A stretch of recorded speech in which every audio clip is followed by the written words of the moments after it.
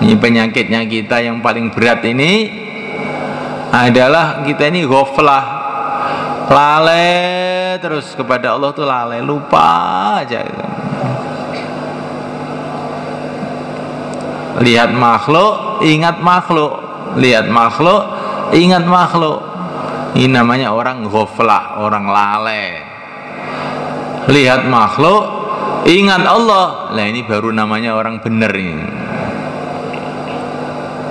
La ilaha illallah.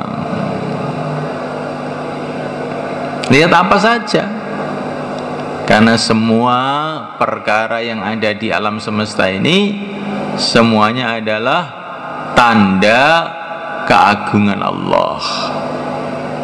Walaupun sebutir pasir, kan tanda keagungan Allah itu. Kalau seluruh manusia kumpul jadi satu untuk membuat sebutir pasir dari tidak ada kepada ada, nggak bisa, nggak bisa.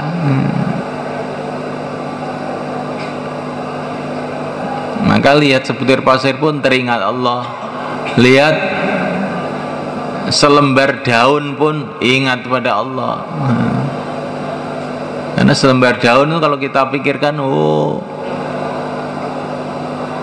Masya Allah, itu banyak tanda-tanda keagungan Allah di situ itu. Imam Ghazali itu mau tidur sebenarnya kan, lihat nyamuk itu jadi nggak bisa tidur, terus nulis kitab mengenai kebesaran Allah yang ada dalam diri nyamuk, sampai jadi kitab tebel itu, cerita nyamuk saja itu ya. Bagaimana nyamuk tuh yang kecil, kok bisa ngerti-ngerti nih, golek panganan iki nyoblosi kulite wong dakwah kowe, gitu. Tapi sing dicoblos turu ae, gitu. Ora kelingan Gusti Allah, kelingane kelingan turu. Oh, kayak menjingklongi. Banyak nyamuk ini. Tidak melihat keagungan Allah yang ada dalam nyamuk. Nyamuk yang kecil itu lebih pintar dari seluruh insinyur yang ada di dunia ini. Dia bisa terbang, gak usah belajar, langsung bisa terbang, bisa cari makan, gak usah belajar ekonomi, bisa cari makan, tahu aja. Coba semalekan Allah Ta'ala, belajar melihat makhluk teringat Allah. Nah, ini perkara besar, ini termasuk tanda hidayah ini malaikat. Tanda hidayah itu orang tuh melihat makhluk teringat Allah. Nah, tanda hati itu gelap, teringat makhluk, terus ingat makhluk, dari makhluk ke makhluk. Ya, orang kalau dapat hidayah melihat makhluk teringat yang menciptakan, teringat Allah. Melihat dunia teringat akhirat, melihat kehidupan teringat mati. Ini tandanya orang itu hatinya terang, melihat makhluk teringat Allah, melihat dunia teringat akhirat, melihat kehidupan teringat mati. Ya, ini kalau orang itu begitu jadi baik. Lah supaya orang itu jadi baik begitu gimana?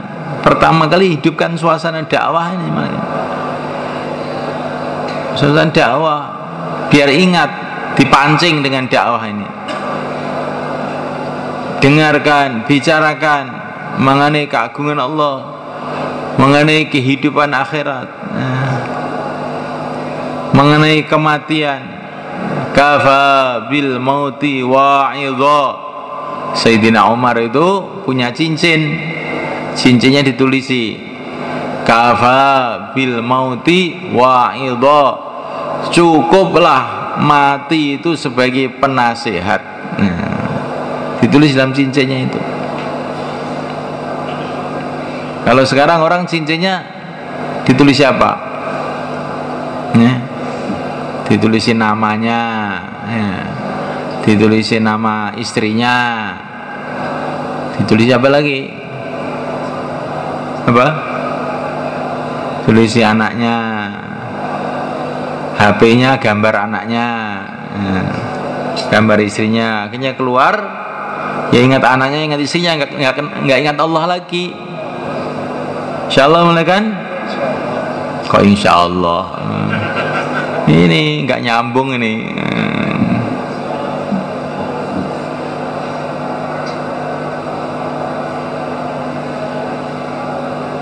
Bikin alam semesta itu jadi kayak tasbih itu namanya kan. Jadikan alat untuk mengingati Allah. Nabi pesan, "Udzkurillah 'inda kulli hajarin wa syajarin." Ingatilah Allah setiap ada pohon, setiap ada batu. Ya. Jadi batu seluruh dunia jadikan tasbih semua. Pohon seluruh dunia jadikan tasbih semua. Lihat pohon, subhanallah. Lihat batu, subhanallah. Ada angin berembus, subhanallah. Matahari terbit, subhanallah. Ini dilatih semua kan? Dilatih. Kita ini sudah terbiasa lihat makhluk, teringat makhluk. Matahari terbit, teringat apa? Nah, ini sudah waktu ke sawah ini. Ya. Kalau matahari sudah siang, wah ini waktu istirahat ini. Kalau matahari sudah tenggelam, wah ini waktu tidur ini. Jadi manusia itu kebanyakannya itu dari makhluk ke makhluk terus saja. Ya, kita belajar dari makhluk ke Khalik. Kalau dari makhluk ke makhluk itu puter namanya. Puter, mubeng, mumet. Mubeng aja dari makhluk ke makhluk. Kalau namanya orang berjalan tuh yang benar dari makhluk ke Khalik. Nah ini sudah berarti lurus, gak muter aja. Kita belajar dari makhluk ke Khalik, dari dunia ke akhirat. Jangan dari makhluk ke makhluk, dari dunia ke dunia. Itu nanti mumet. Nah, putar aja jadi kayak gangsingan. Kahimarir roha. Nah, kayak ini gasingan. Tahu gangsingan sama kan? Yang putar gitu. Kalau begini, apa itu? Kalau begini, ngantuk kalau begini nih. Gini. Kalau gini gasingan.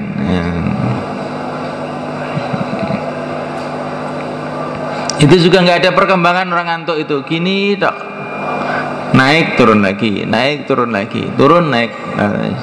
Nggak ada perkembangan. Kita naik terus. Insyaallah malaikat. Jadi semalakan Allah Ta'ala, inilah maksudnya dakwah supaya kita ini ingat sama Allah. Ini pertama semalakan. Kita bikin suasana dakwah di rumah kita, di masjid kita, di mana saja kita berada. Maksudnya itu untuk apa? Ingat pada Allah. Kalau orang itu ingat pada Allah, akan dijaga oleh Allah. Wadhkuruni adzkurkum. Ingatlah kepada Allah, maka Allah akan mengingati kamu. Allah akan mengingati kamu. Maksudnya gimana? Akan menjaga kamu, menyayangi kamu. Allah itu ingat semua. Kalau Allah nggak ingat sudah ambruk jagat ini. Maksudnya Allah mengingati kamu itu Allah menyayangi kamu. Allah menyayangi kamu. Supaya ingat harus kita dalam suasana dakwah. Kalau nggak ada suasana dakwah, lupa terus. Nah, mulai Allah Ta'ala, barang yang bisa kita lihat saja itu kita ini sering lupa. Mana jam saya tadi? Mana tasbih saya tadi? Kopiah saya tadi mana? Barang yang dilihat aja bisa lupa. Lah Allah Subhanahu wa Ta'ala itu tidak terlihat, nggak bisa dilihat di dunia ini. Satu-satunya yang bisa melihat cuma Rasulullah saja waktu Isra Mi'raj. Waktu Mi'raj. Nah, kita nggak akan bisa melihat sebelum mati. Tapi walaupun Allah tuh nggak bisa dilihat, tanda-tanda kekuasaan Allah ada di mana-mana, kita lihat di mana-mana. Tapi tanda ini kalau nggak ada dakwah, kita tetap saja lupa. Kita ini perlu senantiasa dakwah ilallah, mengajak diri kita, mengajak orang lain untuk selalu ingat pada Allah. Kalau orang sudah ingat pada Allah, akhirnya ingin bagaimana saya dapat ridho Allah. Disitulah kita penting bagaimana caranya mendapatkan ridho Allah. Tidak ada jalan kecuali dengan jalan yang ditunjukkan oleh Allah sendiri.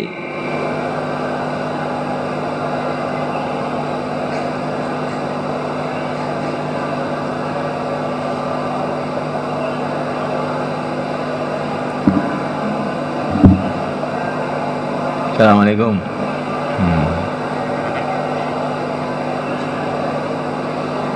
Melek, jangan tidur.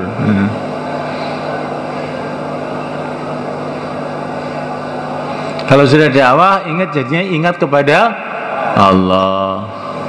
Saya ingat pada Allah, ingin dapat ridho Allah. Bagaimana caranya?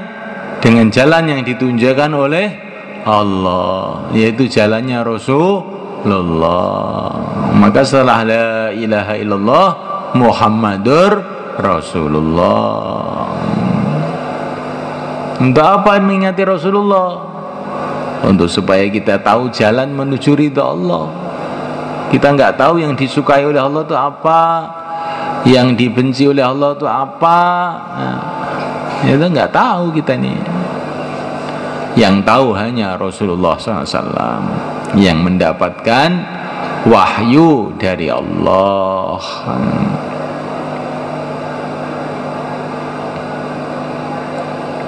Kita ini urusan ini bukan kita saja, seluruh manusia itu seperti buta. Apa yang disukai oleh Allah, apa yang tidak disukai oleh Allah itu manusia itu buta, nggak tahu. Gimana tahu?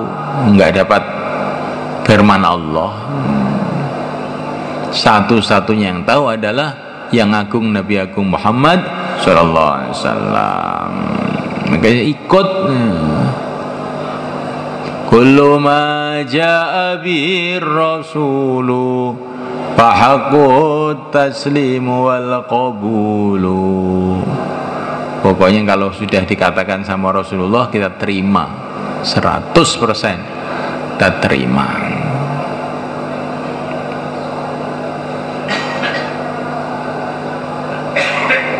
Wa ma atakumur rasul fakhudhuh wa ma nahakum anhu fantahu.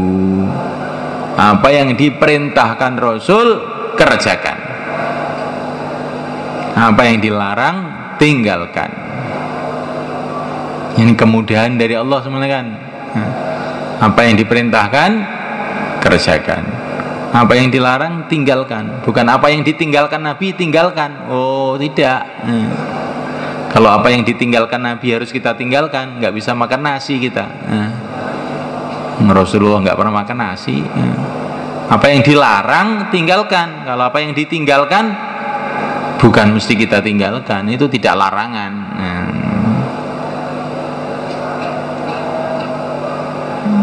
Kalau Rasulullah tidak mengerjakan bukan berarti melarang. Yang disuruh ditinggalkan tuh kalau Rasulullah melarang. Bukan kalau Rasulullah meninggalkan, enggak. Kalau Rasulullah melarang, baru kita tinggalkan. Kalau Rasulullah enggak ngelarang, ya enggak usah dilarang. Nah, ini kemudahan dari Allah untuk kita. Kalau Rasulullah enggak ngelarang, jangan nambah-nambah larangan. Kalau Allah nyuruh, kalau Rasulullah nyuruh, kerjakan. Kalau Rasulullah nyuruh, kerjakan. Kalau Rasulullah melarang, larang. Kalau Rasulullah tidak melarang, jangan melarang. Nah, jangan itu. Itu prinsip dalam memahami agama sebenarnya kan. memahami agama.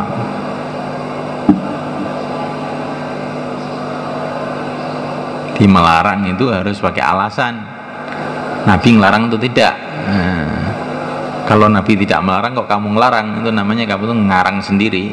Nggak boleh begitu. Insyaallah mulai kan? Bukan kayak orang salafi, apa-apa dilarang, apa-apa dilarang. Wong Rasulullah tidak ngelarang kok kamu ngelarang tuh gimana? Kamu mau jadi nabi atau gimana kamu tuh? Kalau Rasul ngelarang, kamu larang. Kalau Rasul nggak ngelarang, jangan ngelarang. Gitu, itu namanya ikut Nabi. Bukan ikut Nabi terus opo-opo dilarang. Tidak.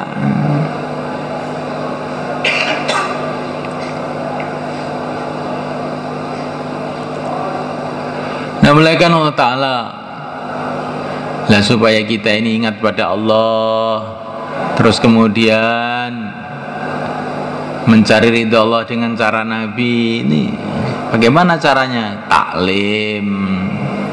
Dengan taklim itu kita ini tahu apa nasihat Nabi.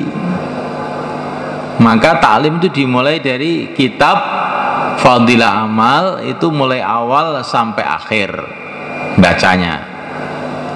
Bukan hanya satu lembar diulang-ulang tiap hari itu aja, yang lainnya nggak dibaca. Baca mulai awal sampai akhir.